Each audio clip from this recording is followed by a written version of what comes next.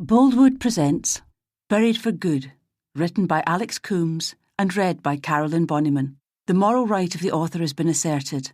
This performance is owned by Boldwood. Chapter 1. The fair had arrived in Loch Gilphead, a small town on the west coast of Scotland, about a 2-hour drive from Glasgow, on the Thursday. By the Monday morning, the fairground workers had mostly packed it up and departed. All that remained of the rides, the brightly coloured stalls and the fast food booths that had been set up on the long strip of grass that ran along the seaside front of the town, were 3 rides. These had now been dismantled and folded up like giant toys, metal origami, waiting to be loaded up onto lorries and trailers and taken to wherever the fair was next headed. Left behind were marks on the grass, traces of the now vanished rides, the dodgems, the swing boats, the helter-skelter, overflowing litter bins, cans and bottles, the usual party hangover. No food waste. The gulls had seen to that. Also left in its wake were a couple of 20-something Glaswegian hard men, Scott and Callum, who had followed the fair 80 miles west from the city to Loch Gilphead, hoping to get laid, get in a fight, and make a bit of money selling cheap drugs, weed and knock-off Chinese ket. The weekend had been and gone. It had been profitable. The drugs had sold well, both to the locals and to some hardcore bikers from Obenway. The bikers had wanted more, but Scott and Callum were not retracing their steps to Glasgow. They had ended up staying for the duration of the fair. Right now, early on the Monday morning, they were coming down from the 2-day drink and drug binge that had left them feeling as washed up and stranded as the detritus on the muddy beach below the sea wall. It was 7:45 a.m. when Callum finished the dregs of the bottle of Smirnoff, and he hurled the bottle in an arc over the main road where it smashed on the pavement outside an ironmonger's shop at the bottom of the high street. An old man stopped and glared at them across the street. Callum made an obscene gesture at the stupid old twat. "What are you going to do about it, you old fart?" Scott and Callum were bored, drunk, disoriented from the come-down, and irritable, spoiling for a fight. Callum belched, tasting bile and alcohol in his mouth. He rubbed his eyes, taking stock of his surroundings. On his left, the long stretch of green grass in front of the wall that dropped down to the loch, stretching away, a gunmetal expanse of grey bordered by low hills on either side. To his right, the high street, and beyond that some large houses facing the waterfront. A woman was walking along the pavement towards them. She'd do. She wasn't young, he guessed over 30, wearing a red suede biker jacket, white tee, tight skinny black jeans and short black heeled boots. She didn't look local. She had an air of competent confidence that Callum suddenly found enraging. Who did she think she was, walking along like she fucking owned the place? He scowled and drew in his cigarette. He was feeling like shit. He wanted to share the joy. She drew close to him. He noticed she was good-looking. Good figure, too. He stepped out onto the pavement, blocking her way. "Gives a kiss, darling." She turned and looked at him. He expected a nervous smile, wanted to see the fear in her face. Far from it. All he could see was the contempt in her cold, grey eyes. She didn't seem scared of him at all. That wasn't right. He wasn't having that. He wasn't taking that kind of shit. He wanted respect. He went to grab her, one hand reaching for her shoulder, the other for her chest. Callum didn't see the punch coming. It slammed into his ear like being hit with a brick. He didn't have time to process it, and then, a microsecond later, a huge blow to his guts that left him on his knees, fighting for breath. "See you later, prick," said the woman, scornfully. "Callum!" shouted Scott, running over. Callum knelt on the kerb, holding his agonised stomach, unable to move, his head a mass of pain, wondering what the hell had happened. The woman walked away, unhurried. Scott ran over to his buddy to help him up. "You okay, man?" Callum was bent over double. He could still hardly breathe, and his ear was burning from the blow. "Aye, fucking bitch." From across the road, behind the wheel of a white Range Rover Evoque, a pair of hard green eyes had watched the action unfold, the woman's face expressionless, impassive. She got her phone out, scrolled through her contact list, selected a name and texted. "I've found who we're looking for. Send." Chapter 2. Hanlon looked round her new office with satisfaction. It was her first business premises since she'd set up as a private investigator. What it lacked in terms of furnishings, 3 chairs, a table for her laptop, a computer screen, a printer and a dog basket in the corner for her border collie, Weems, it made up for in the view. Loch Gilphead was at the top of a spur of Loch Fyne.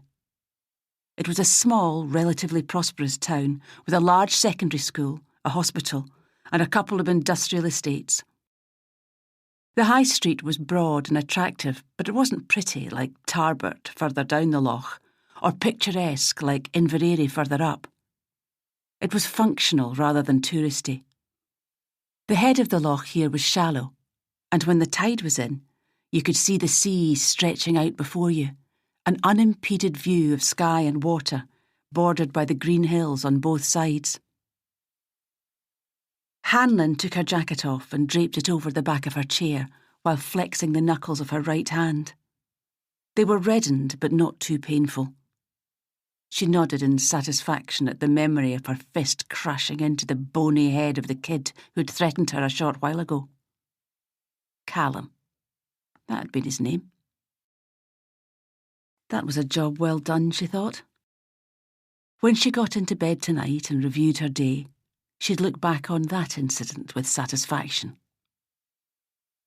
If she'd meekly accepted it, put her head down and just walked away, his jeers ringing in her ears, it would have tormented her not just for a few days, but maybe for the rest of her days.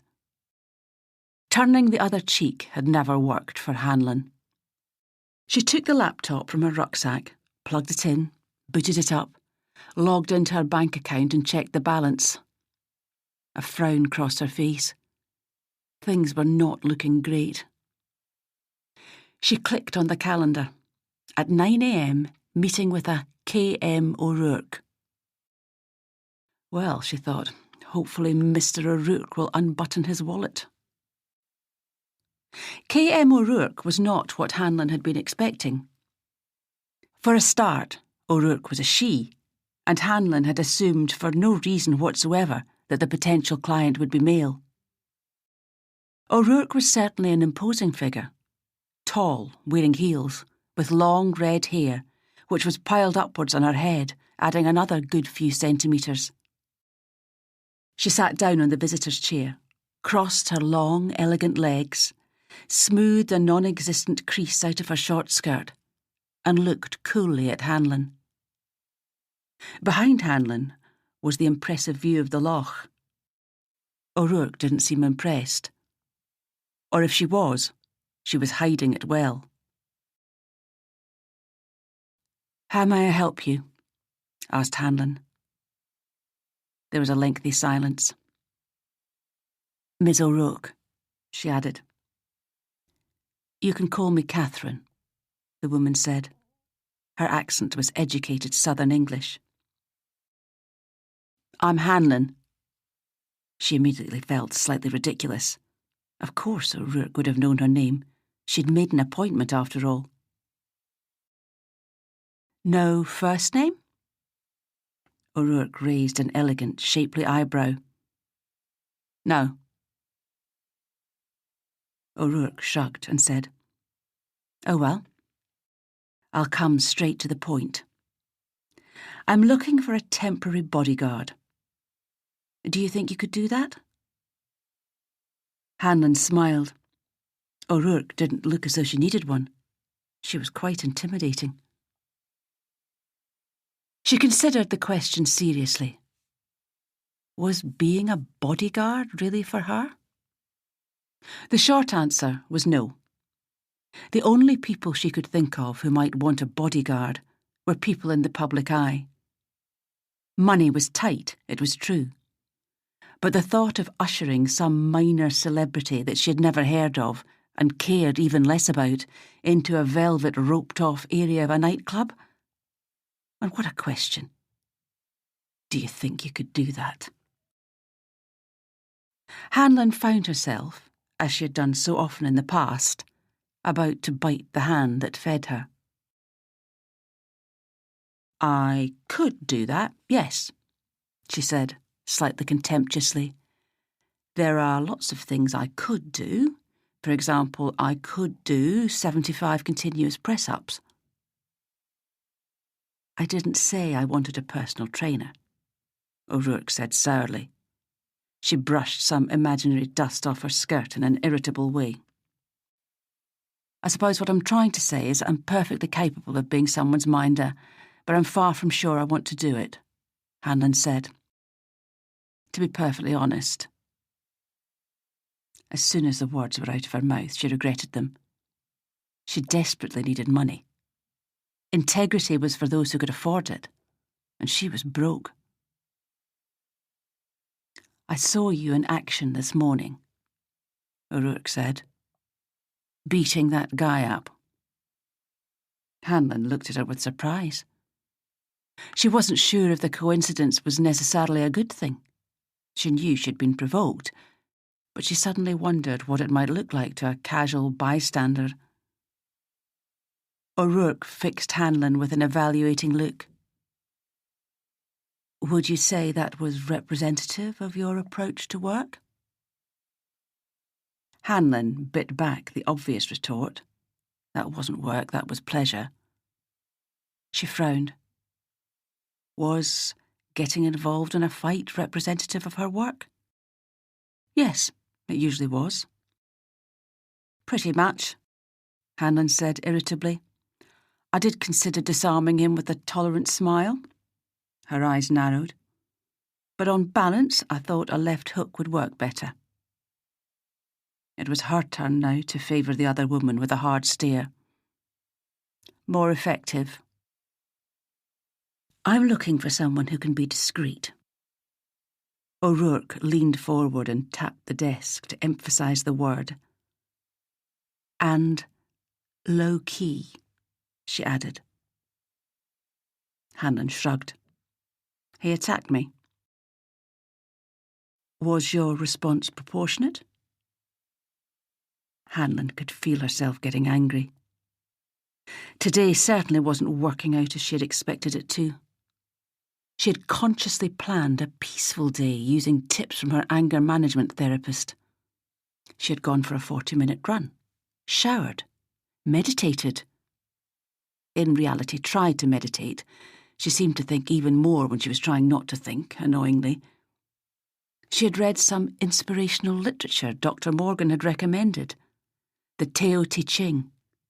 That hadn't helped either. If anything, it had put her in a worse mood. And then what had happened? Someone had tried to assault her, and now she was being given a hard time as if she were back in the police. The hell did O'Rourke think she was? Hanlon was feeling far from calm now. O'Rourke's frown deepened. The reason I'm so concerned is that my employer is very much in the public eye. We need a cool head as much as anything. She did the finger-tapping thing again. We want to avoid controversy. Hanlon shrugged. Well, if someone attacks your employer, maybe they would want someone to deal with it effectively rather than with a cool head. O'Rourke shook her head and sighed.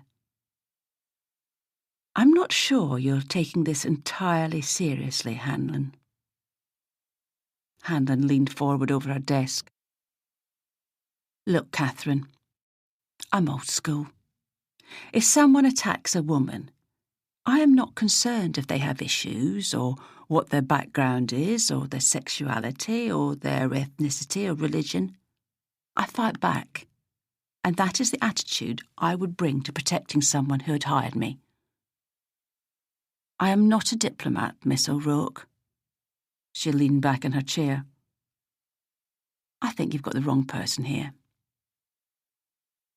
O'Rourke stood up. Well, it was nice meeting you, Hanlon. She obviously agreed. She was also obviously quick at making her mind up about things. Damn, thought Hanlon. Likewise, she said politely. I'll be in touch if we think you're the kind of person we need. Hanlon nodded, and O'Rourke turned and walked out of the door. Hanlon stood up and looked out of the window at the sea view her visitor had so signally failed to appreciate. Are you crazy? She said to herself.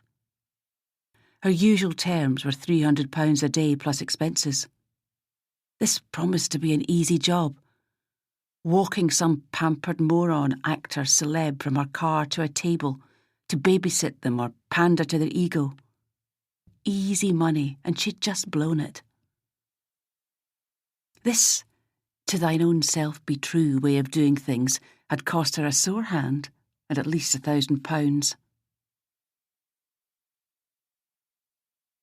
How is your way of life working for you? Her therapist, Dr. Morgan, had asked her, what seemed like long ago, but was actually just under a year. It wasn't a rhetorical question. It was very pertinent. Her anger issues had cost her a career in the police, and a few months ago they had nearly cost her life. She sighed and watched the gulls wheeling around in the sky.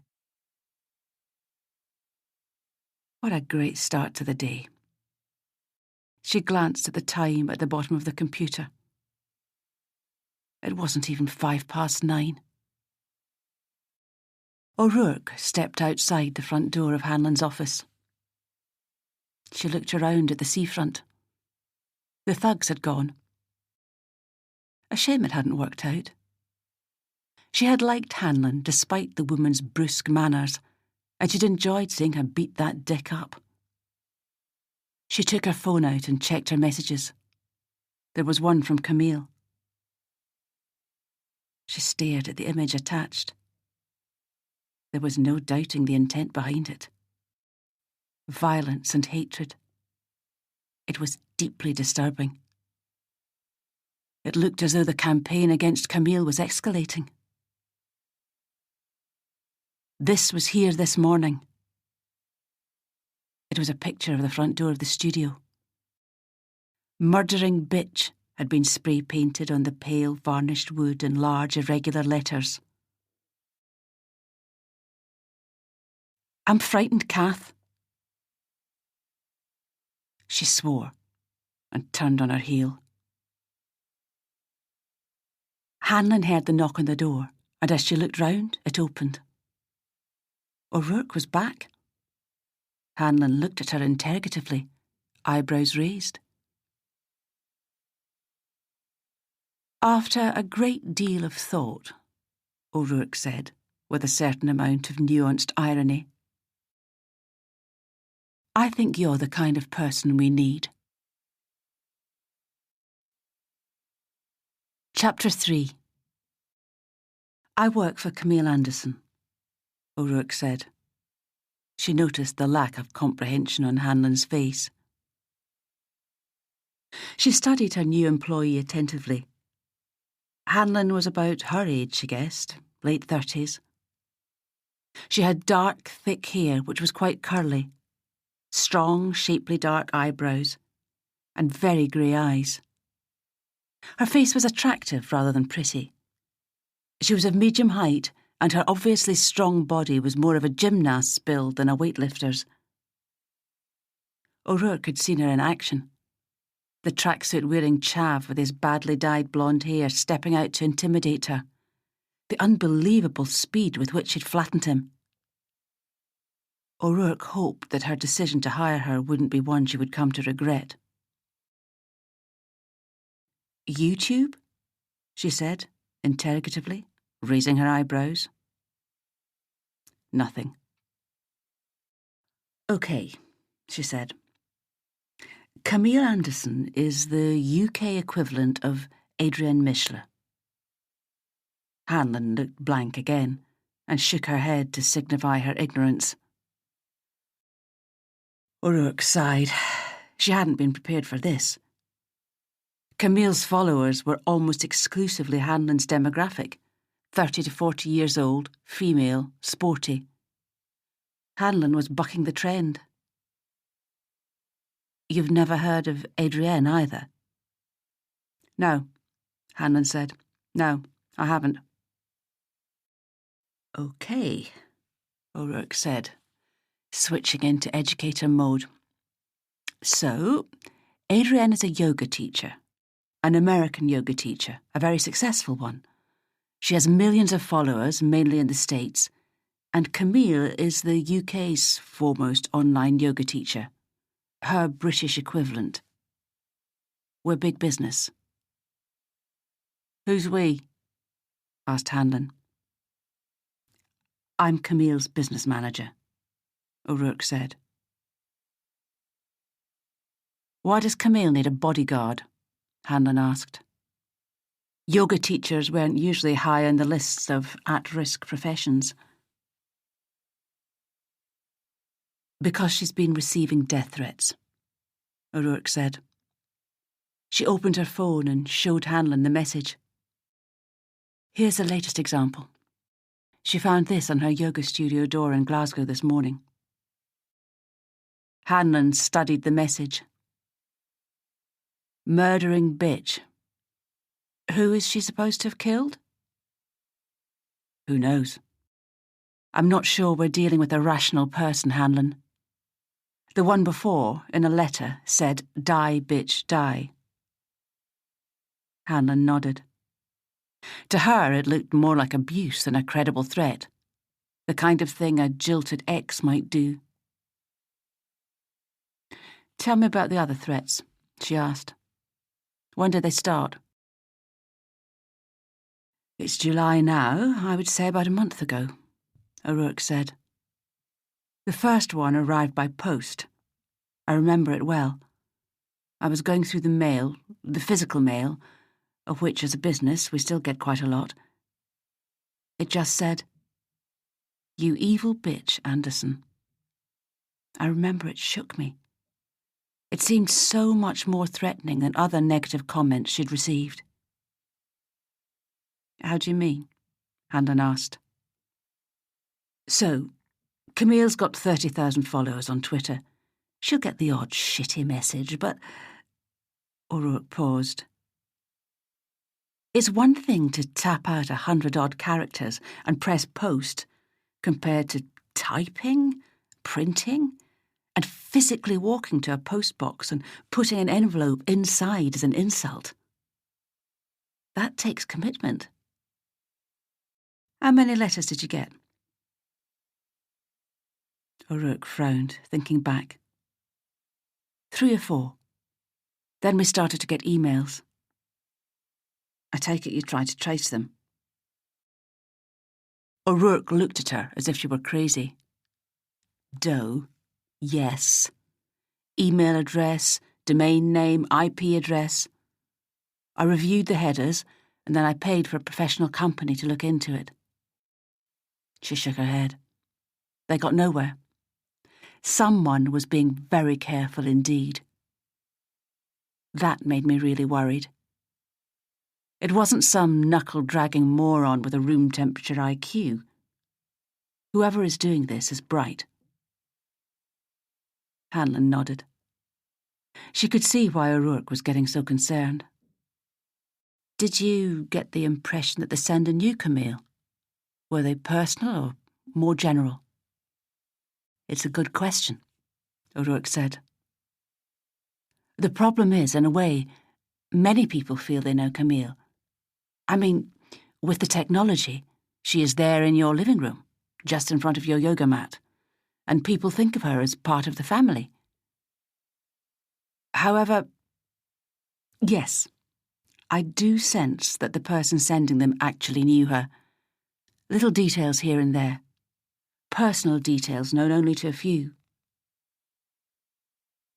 And presumably the threat is escalating, Hanlon said. The threats got nastier and more specific. You've been to the police? O'Rourke nodded. They made sympathetic noises, but there was very little they could do about it. They also pointed out that in today's environment, someone with a wide online presence would expect to receive a fair amount of hate mail. Social media being a happy haven for the disgruntled and the angry, and expressing yourself is just a mouse click away. In other words, Hanlon said, it comes with the turf, live with it. We pointed out that there's been cranky stuff before, as well as plenty of obscene comments on her Twitter, Instagram and Facebook feeds. But this is different. And then, recently we received information that Camille would be killed, or certainly most at risk, from the 8th to the 15th of July. That was the following week. Not long away. Where did this information come from? Hanlon asked. O'Rourke hesitated, then shook her head. I can't really say. That's confidential. For now, anyway. Hanlon looked at her quizzically. But a trusted source. We'll leave it at that. And you told the police this? Yes. They were very polite, but it's a question of resources. They're not going to provide a bodyguard. She nodded at Hanlon. That's where you come in. We thought that getting out of town would be advisable. Hanlon asked, where were you thinking of? She's recently bought a property near Oban. Hanlon nodded. She knew the town well. It was about an hour's drive north. It's built on its own island. O'Rourke played idly with a loose strand of hair that had come astray from her topknot. 10 bedrooms. It was formerly a hotel, and so next week she's got 5 paying guests staying there. 5-day stay. How long ago was this planned? Hanlon asked. A while ago, but we brought it forward. Since the numbers are so small, we could contact them all personally. Camille is going to lead a retreat on the island during this time. The only people there will be staff and the guests, all of whom we know. She paused. And you? Hanlon nodded. She thought the plan seemed to make a good deal of sense. Presumably the threat to Camille came from some crazy person, no matter how good their IT skills, rather than, say, organised crime. Even if they somehow discovered her whereabouts, the logistics of getting to a remote Scottish island could well be enough to deter them. OK, Hanlon said. I'll just recap what you've told me. Camille's been getting threats for about a month now. The severity level of these has been increasing. The person making the threats is probably known to Camille, and the next couple of weeks could well see Camille attacked. She looked inquiringly at O'Rourke. Correct, she said. Can you give me some background on Camille? How things operate? Hanlon asked.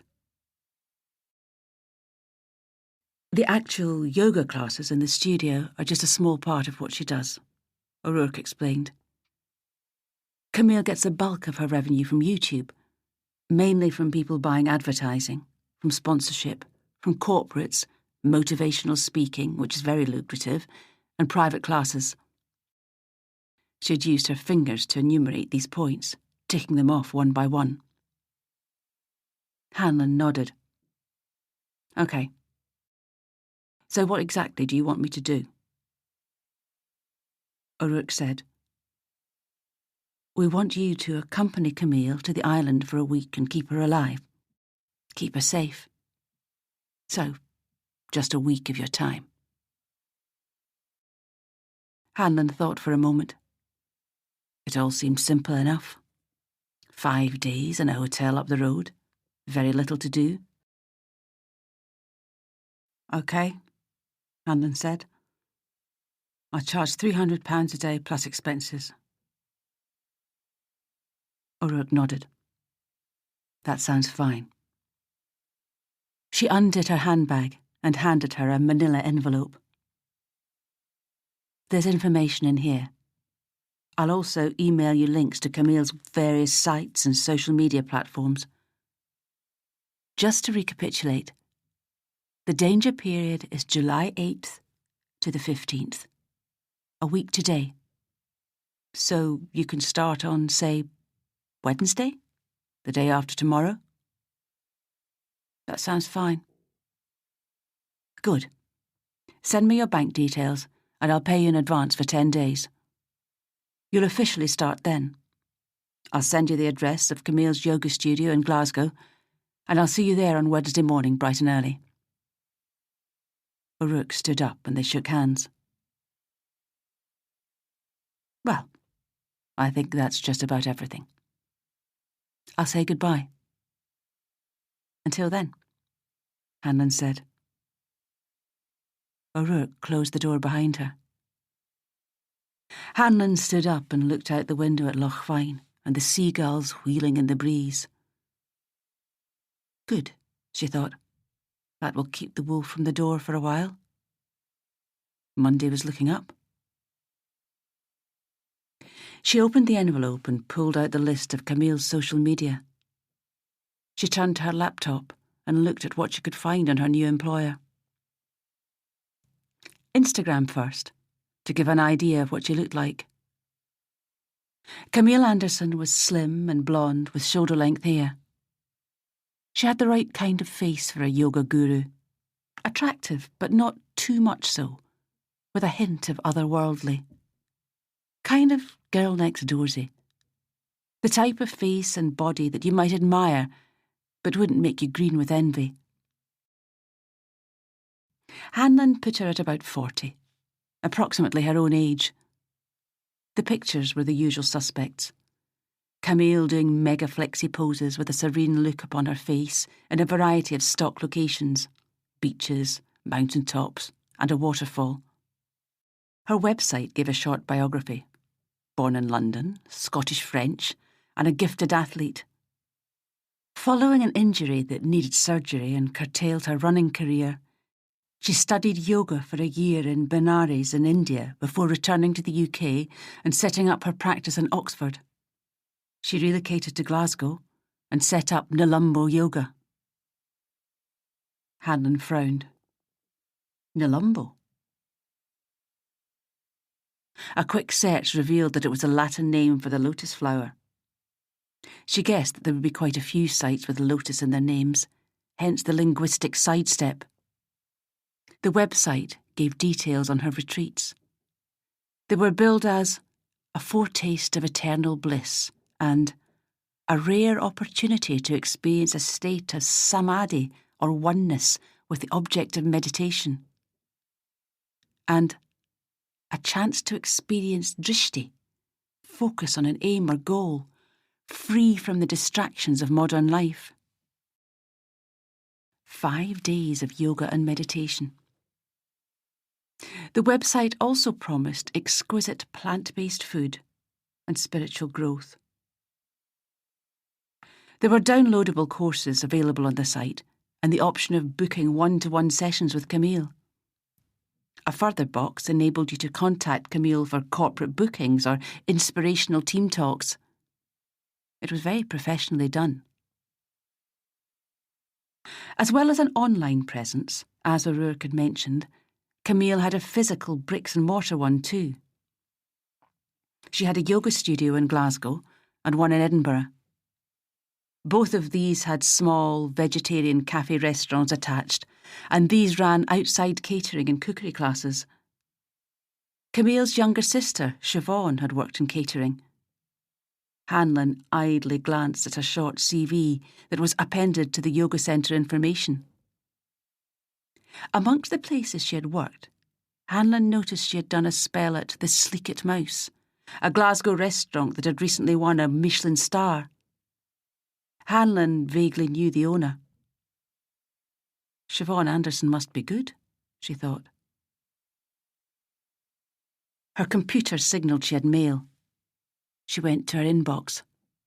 O'Rourke had just emailed her the property details of the place that Camille had bought, where the retreat was going to be held. It was from an estate agent's website, specialising in commercial property. Duirchy House was its name. She looked at the pictures. It was a Gothic Victorian manor house with mock turrets on each of the 4 corners and 10 bedrooms, all with their own bathrooms, built on a small island that was approximately a mile from both the mainland and the island of Seal, about a 2 to 3 hour drive west of Glasgow. O'Rourke had added a short history of the place. It had been constructed for a Scottish mine owner who was known as much for his fanatical religiosity, it had its own private chapel, as his reclusiveness. He was a misanthrope. He disliked the company of others and lived there alone for many years, dying in his 90s in the 1930s. It had then been abandoned and subsequently bought in the early 70s by a rock star, Shane Gowrie, who had spent a small fortune restoring it. It had soon gathered rumours as a place of drug-fuelled parties, the chapel being used for sex ceremonies. All good things came to an end. The rock star was now in an old people's home with dementia. The property had been modernised and made into a hotel for a few years, but the last owners couldn't make it pay. Camille had bought it for a very good price. Hanlon thought to herself that if anyone could make it work, it would be Camille. Her clientele would not be concerned about the weather. Always an issue in Scotland, as Hanlon well knew. If it were sunny, they could do yoga outside. If not, the studio would be fine. Nor did they demand entertainment. Well, other than spiritual enlightenment. Also, Camille wasn't dependent on a short holiday season. The search for sacred wisdom and a healthy body lasted all year round. Hanlon stood up, walked back to the window and stared out at the water, dark blue in the morning light. She loved the fact that her new office had a view. She wondered why anyone would want to kill Camille Anderson. The most likely candidate, she thought, looking at the slim, attractive woman in leggings and a lycra top, was a deranged fan. Well, she felt herself perfectly capable of dealing with that threat, particularly on a relatively hard-to-get-to island.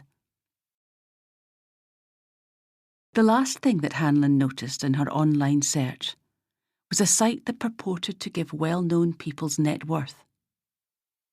She was sceptical about these claims, but she clicked on it anyway. It claimed that Camille was worth several £1,000,000. Even allowing for exaggeration, it was obvious she was doing very well for herself. Fair enough, thought Hanlon. But it did make her revise her earlier question of why someone might wish her harm. Money provided a good enough motive for malice, and millions a good enough motive for murder. Chapter 4. Hanlon drove home. a couple of miles north of Loch Gilphead, and then west along the narrow, picturesque Crinan Canal. The waterway had been built so that boats could use it to cut off the long Argyll Peninsula if they wanted to access the west coast of Scotland. A mile or so short of Crinan, she turned off the narrow road and up a forestry track into the hills. Home these days was a tumble-down cottage with stone whitewashed walls and a small garden enclosed by a dry stone wall that lay a mile or so from the road. One of its main attractions, aside from its solitude, she wasn't keen on the idea of neighbours, was that it had a beautiful view. On one side, it overlooked a small loch nestled in the hills, and on the other you could see, far below through the pine trees, the line of the Crinan Canal and the flat, treeless expanse of the browned grassland known as the Crinan Moss, before the dark green, far-off hills rose again to the north. Another was the old lady who lived in a small house at the bottom of the track, and who, for a small fee, was happy to dog-sit Weems, Hanlon's border collie, when she had to meet clients or go into Glasgow. She collected the dog, drank tea and talked to Effie, who was always desperate for company, and went home. She suspected that the old woman would probably look after the dog for nothing. If she didn't speak to Hanlon, she probably wouldn't speak to anyone. Effie needed to talk. Hanlon wasn't so sure if she herself needed to. Back home, Hanlon pulled her clothes off, changed into running gear, and headed off with the dog at her heels on a 10-kilometre run on the forestry trails that surrounded the croft. The first couple of kilometres were hard work. She was running up into the hills, and she could feel the muscles in her thighs and calves protesting. The sun was hot today, and her top was soon soaked with sweat. After about 20 minutes, she hit her stride, and her body, now warmed up, forgave her, and she started to relax into the run and enjoy it. The iron muscles in her legs carried her effortlessly along the trails. Now she could actually notice her surroundings, the endless pine trees, the tarry smell of the needles, the grey of the rocks, the medicinal scent of ferns, the countless small streams that were such a feature of Scotland, the peaty soil. She was able to put aside all thought and just be. Running mindlessly without thought, Weems keeping her company in these circumstances, brought her as close to happiness as she could ever be. An hour later, showered and changed, she lay in her bed, the dog by her side. Hanlon's cottage, a bothy as it was called here, was a rudimentary stone building, more or less one large room. This one had been fitted with some modern amenities. She had electricity, a fridge, a cooker. There was a fireplace. Her bed was in the corner. The toilet was outside, and there was a basic shower room next to it. There was no mains water. That came courtesy of the nearby loch in the hills via some kind of filtration system. It was brown and peaty, and, after a lifetime of London water, she loved it. There was a heater for the shower, but it never really got hot. That was a minor inconvenience. The only downside to living here was the midges, tiny mosquitoes that plagued the west coast. Individually, they weren't that bad. The trouble lay in their numbers. Hanlon had known them to get so bad that the blue sleeve of a running top had turned black with them settling on it. They were particularly virulent at dusk. She would have loved to be able to sit outside in the summer and enjoy the view in the evening, but it wasn't an option. Not if you wanted to avoid being eaten alive. Hanlon had installed some gym equipment in the bothy. A squat rack that she could also do pull-ups on, a weight bench for a bench press that had handles for dips. There were various dumbbells and barbells on the corner. A heavy punch bag hung from a hook in the massive beam in the ceiling. It wasn't exactly cosy or stylish. Her house wasn't going to feature in Homes and Gardens or Escape to the Country. Hanlon lay back on her bed, stroking the dog's silky ears. looking at some of Camille's free yoga content online. Some phone company or other had built a huge mast half a mile or so from her isolated cottage, and out here, in the middle of nowhere, she got an amazingly clear signal. Camille Anderson was beautiful to watch when she moved, lithe, graceful as the runner she had once been. She also had an engaging personality, the kind of person you wanted to spend time with. It was no wonder, Hanlon thought, that Camille was so popular. It seemed strange that someone would want to do her any harm at all, much less issue death threats, particularly towards someone who seemed so essentially gentle and good-natured. Hanlon had done yoga ages ago, but hadn't liked it. She frowned and got off the bed. She stretched upwards, leaned forward and placed her palms on the floor. She'd always been flexible, and now she recreated some of Camille's poses just to see if she could. During downward dog, appropriately enough, Weems got off the bed and poked her face with his nose, checking to see that she was okay, a faint look of concern on his intelligent face, wondering what the hell she was doing. He obviously didn't like the look of yoga. Hanlon got back on the bed, flushed with a faint sense of triumph. She took her phone out and texted O'Rourke, who replied almost immediately, asking her if she could be in Glasgow for 8 a.m. on the Wednesday to meet Camille. Camille had thought it would be a good idea if she went along to one of her classes. She would be there, Hanlon replied. An early start suited her. She put the phone down. The dog looked at her expectantly. Yes, you can come. You'll have to wait in the car, though. She shook her head in irritation at herself for speaking to the dog as though he knew what she was saying. Perhaps I am spending too much time on my own, she thought. Perhaps I'll end up like Effie, living on my own, desperate for company, baking drop scones for people who never come. I'll never bake, she promised herself. She stroked the dog's head and looked at the brochure for the retreat. The words, eternal silence, stood out. It sounded uncomfortably like a euphemism for the grave. Chapter 5. Now, stand in Tadasana. Mountain pose. Taking her cue from her fellow classmates, 15 of them, 13 women and 2 men, Hanlon obediently stood upright, watching Camille intently. And now down to chair pose. Feel that stretch. She was enjoying her yoga class far more than she thought she would have done. She'd arrived at the yoga studio at 7:45. It was in the university part of Glasgow, Hillhead, which was an area fairly central and easy to find, just off the main road that led into the city from the west. The university area was like all such places. Plenty of bars, cheap restaurants, shops selling the kind of stuff that students went for. A vibrant place, but quiet and just coming to life at this time in the morning. Not with students, though. They were still asleep. She had parked her car and walked to the studio. Weems had settled down in the back with obvious resignation for a wait. The yoga studio was situated in a typical street tenement block in a row of shops of the honey-coloured stone that was prevalent in Hillhead.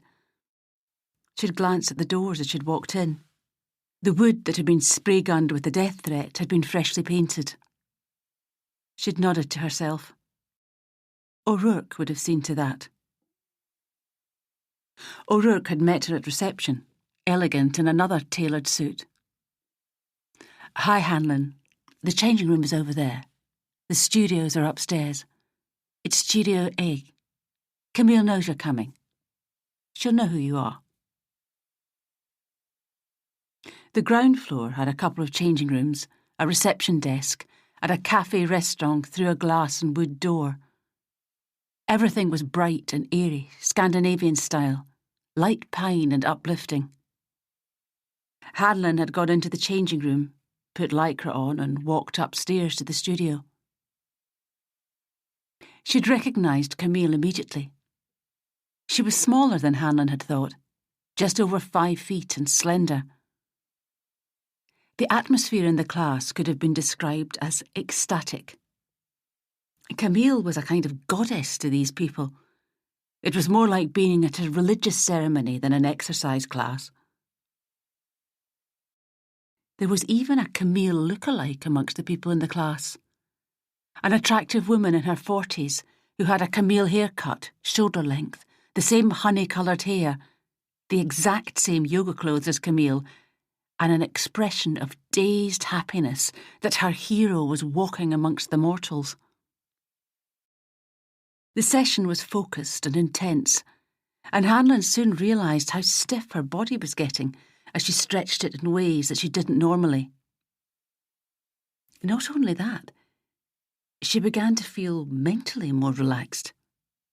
Perhaps I shouldn't be so dismissive of things, she thought, as she stared towards the ceiling during cobra pose. Camille walked around the class, correcting poses, offering warm words of encouragement. During child's pose, she sat on Hanlon's lower back, pushing her hips closer to the ground with the weight of her body. "You're very tense, Hanlon," she said. "I think you're storing a lot of emotion in these hips." The class ended with 5 minutes of corpse pose, Shavasana. Hanlon had been up since 5 a.m. and nearly fell asleep. The class ended and Camille came over to her. "How was that for you?" she asked. She pushed her blonde hair out of her face and looked intensely into Hanlon's eyes, as if her opinion was of crucial importance. Camille had a kind of Roman nose, which Hanlon found very endearing. It was slightly too big for her face and added a huge amount of character. Without it, she'd have been almost too pretty. "I really enjoyed that, actually," she said. "I'll see you downstairs in the cafe in 20 minutes. We can have breakfast together." "That sounds great," Hanlon said. They were interrupted by the look-alike. "Excuse me." She flashed an insincere smile at Hanlon before turning to Camille. Hanlon noticed that not only had she dyed her hair Camille's colour, she had also painted her toenails the same colour as Camille's. It was a bit creepy, this kind of tribute act. "Camille, that was just amazing," the woman said. "I'm going to be at the retreat next week. So looking forward to it." Camille smiled. "Thank you, Suki. I'm looking forward to it too. Super excited." Suki looked ecstatic. "Super excited too?" That'll be a new word, Hanlon thought, now that she'd heard Camille use it. She namasteed and turned and left the studio. "See you in a minute," Hanlon said to Camille, and followed Suki down the stairs. The stairs were steep. She had a good view of the top of Suki's head as the dark roots where her hair was growing through. She showered and changed. Suki was nearby in the changing room. She had a much fuller figure than Camille and a pierced navel, a thing that never failed to make Hanlon wince. Suki had a very toned body and a distinctive body tattoo, a cobra whose head appeared above her pubis and whose body snaked around her hip, disappearing down between her buttocks. It looked very well executed. Hanlon was no clothes expert, but Suki's clothes looked expensive from the labels. Louboutin on the shoes, a Versace jacket. She glimpsed the name of Suki's handbag, Hermes. As Suki was slipping her shoes on and studying herself in the mirror, she said to Hanlon in her soft Scottish accent, "I haven't seen you at the class before." "No," Hanlon said. "I'm new." I'll be at the retreat too, she added. Suki looked her up and down with what Hanlon took to be disapproval. The kind of look that translated as, how come they're letting the riffraff in? Oh, that's nice, Suki said insincerely. What do you do? Hanlon searched frantically for a reply. She could hardly say that she was a private investigator. Self-employed, she said finally. And you? Well, Suki said, I'm an interior designer. Hang on. She opened her handbag and took out a business card. Suki Bly, Interiors. Where do you live? In the countryside. Hanlon muttered evasively. Suki was looking at her as if she expected a more detailed answer. Out west, she added, gesturing vaguely at one of the walls. Nice, Suki said, in a tone that implied it probably wasn't. She had wanted a specific area so she could pigeonhole Hanlon, not a geographical direction. If ever you need advice or a consultation, Suki said, call me. She nodded politely to Hanlon and left the changing room. Hanlon smiled grimly at the thought of what Suki would make of her one-room bothy. Perhaps she should invite her out for some tips on how to redecorate. Maybe make more of a feature of the squat rack, which was taking centre stage in the room. Idly, she took her phone out and typed in Hermès handbags in the search engine. Her dark eyebrows arched in amazement at the price. Suki was obviously not short of cash. Interior design must be bringing in a lot of money. She pulled her own clothes on and left the changing room. The cafe was large and airy, with maybe 24 tables and full of greenery. It had a pleasantly relaxed atmosphere. A large statue of a slim, Thai-style Buddha on a plinth dominated the room. Camille was sitting alone at a table. She stood up as Hanlon walked in. Hi, come and meet my sister. She led Hanlon across the restaurant to the open-plan kitchen. There were 2 chefs working. A tall, good-looking, slim, dark-haired woman and a younger blonde. Both were younger than Camille and Hanlon by a generation. There was a metal path with lights to keep food warm that separated the kitchen from the dining area. Mind if we come round? Camille asked the blonde. Be my guest. Camille escorted Hanlon into the kitchen via the swing door. Hanlon glanced around. There was the usual panoply of equipment you saw in a commercial kitchen, rendered in shiny, brushed steel. Everything seemed surgically clean. My sister, Siobhan, Camille said. Hanlon looked at her with interest. If Camille looked like a yoga teacher, slender, wholesome, nice, then Siobhan looked like the kind of girl mothers warned their sons about. She was very good-looking in a waggy way. She had blonde hair like Camille, tied back, and honey-coloured eyebrows. Unlike her elder sister, she was into body piercing. She had the same thin Roman nose as Camille, but hers was pierced, as was her eyebrow. She had a dermal in her cheek and multiple piercings in her ears. Her mouth was full and generous, and she had the same brown eyes as her sister. But where Camille's were kindly, Siobhan seemed slightly aggressive and calculating. She looked hard as nails. Hello, she said. Camille told me about you. So you're the chef, Hanlon said. She nodded. That's right. You'll be eating a lot of my cooking next week. Oh, this is Jenny, by the way. The dark-haired girl nodded politely. Hi. She turned to Siobhan. I'd better go out the back and finish those quiches, chef, if you'll excuse me. Siobhan nodded And as Jenny disappeared into a prep room out back, she said to Hanlon, her voice low, "The sooner we get Camille onto Dukey Island, the better. Don't want anything happening to my big sister." Camille smiled. "Don't make a fuss. It'll all be fine." They were interrupted by a young waiter who leaned over the pass with an order. "Check on, chef." Siobhan, with a hint of impatience, looked at Camille, who took the hint. "We'll leave you to it." "See you later," Siobhan said. She took the cheque, glanced at it, hung it above the pass, and reached for a frying pan. They returned to their table. There were now about half a dozen customers in the restaurant. "It's not just for yoginis," Camille said. "The cafe's open to all. Siobhan is a great cook. I'm so proud of what she's achieved.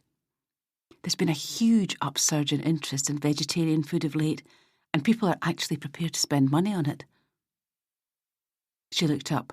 "Oh good, here's Catherine." O'Rourke came in and sat down. She was wearing black skinny jeans, which made her legs appear endless, a plain cream silk blouse, and a red paisley scarf. She looked incredible. "So, what do you make of our setup here?" she asked Hanlon. The young waiter came over and asked if they were ready to order. A croissant for Hanlon, and Camille said, "We'll have the usual, please, Tom." Tom nodded, smiled and disappeared. Hanlon answered O'Rourke's question. "It's very impressive," she said. She looked around her. There was no one sitting in earshot.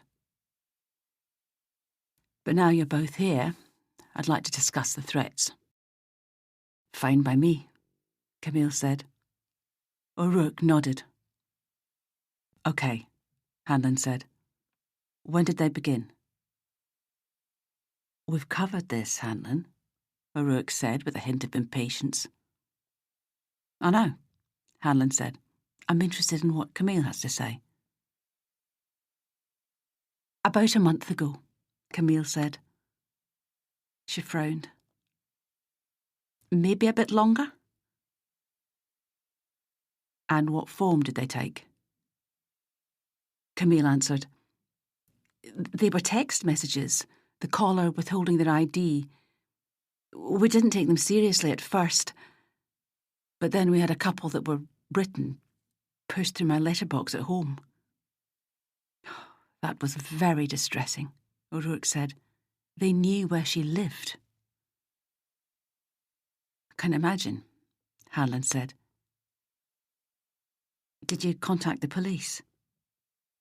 "No," O'Rourke said. Hanlon raised a questioning eyebrow. Camille explained. "We didn't think there was much they could do." Hanlon thought they were probably right. "And the messages were?" she asked. "All more along the lines of, 'Die, bitch,'" Camille said. She tried to smile, but it was obvious that she was deeply upset. "A couple of them said, 'You deserve it for what you've done,'" she added, her face falling. Hanlon could hear the tightness in her throat. She was obviously fighting back tears. "But I haven't done anything to anyone. Ever." Hanlon thought that was unlikely. "We all upset people," she wanted to say.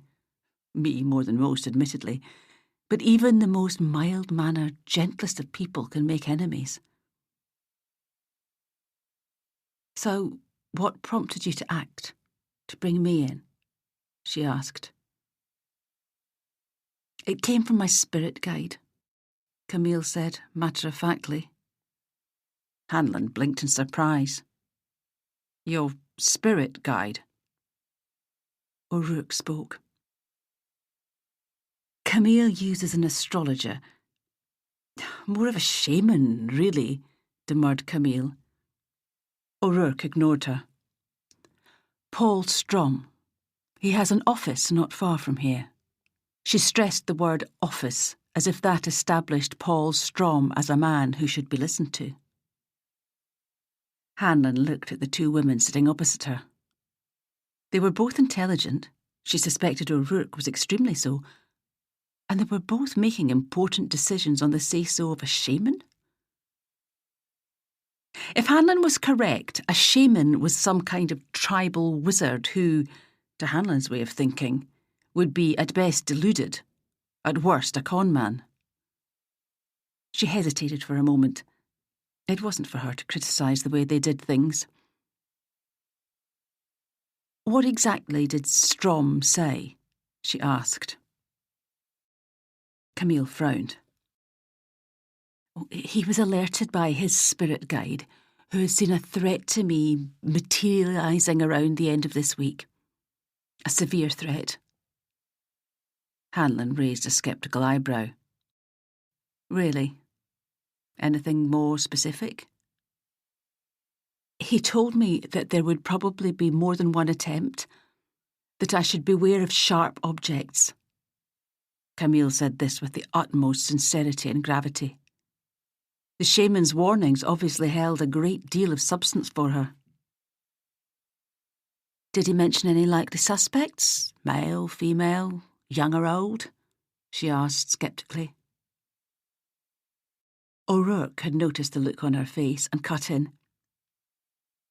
"I dare say all this will seem a bit strange to you, Hanlon, but Paul has been advising Camille for over a year now, and he's been amazingly helpful, not just with lifestyle issues, but also finance." "Sure he has," thought Hanlon cynically. "If you spend a lot of money on someone, you remember the good times when it went right, not the bad times when it went wrong." Look, she told herself, there was no point knocking Strom. In Camille's eyes, he was obviously wonderful. Nothing she could say would change that.